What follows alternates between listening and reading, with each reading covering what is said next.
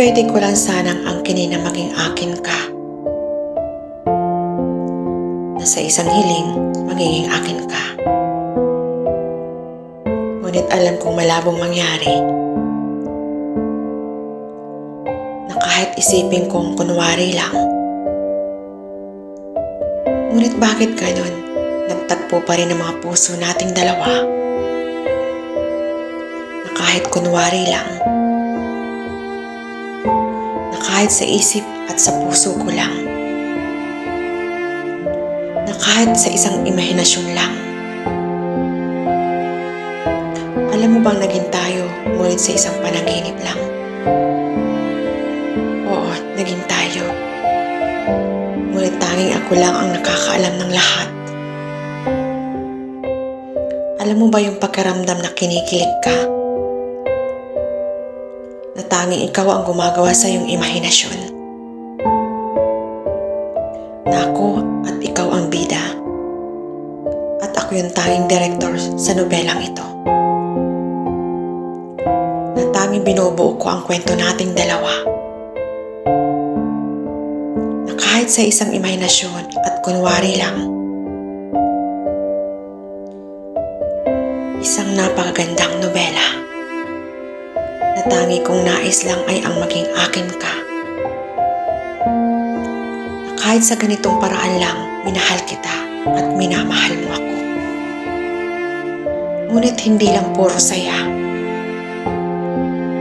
Dahil minsan sinusubukan kong saktan ang puso ko kahit sa ganitong paraan. Na kahit pagkukunwari lang, na hindi tayo magkaintindihan. Nakakatawa, di ba? Dahil ako ay hanggang tingin lang. Dahil hindi ko alam paano maiparamdam ang nararamdaman ko para sa iyo. Na tanging ikaw ang tumatakbo sa aking isipan magpahanggan ngayon. Ngunit nakakapagod rin pala. Ngunit ito kinakaya ko. Wala akong magawa. Sa ganitong paraan ko lang magagawa. Tanging sa isip ko lang pwedeng may paramdam ang pagmamahal ko. Dahil dito, malaya akong sabihin sa iyong mahal kita. At mapapasaya mo ang puso ko kahit hindi totoo. Tanging imahinasyon lang, ngunit hindi tamang magpatuloy akong lukuhin ang puso ko.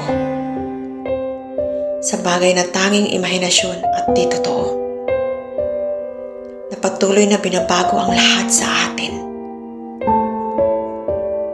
Na tanging ilusyon lang ang mayroon sa atin.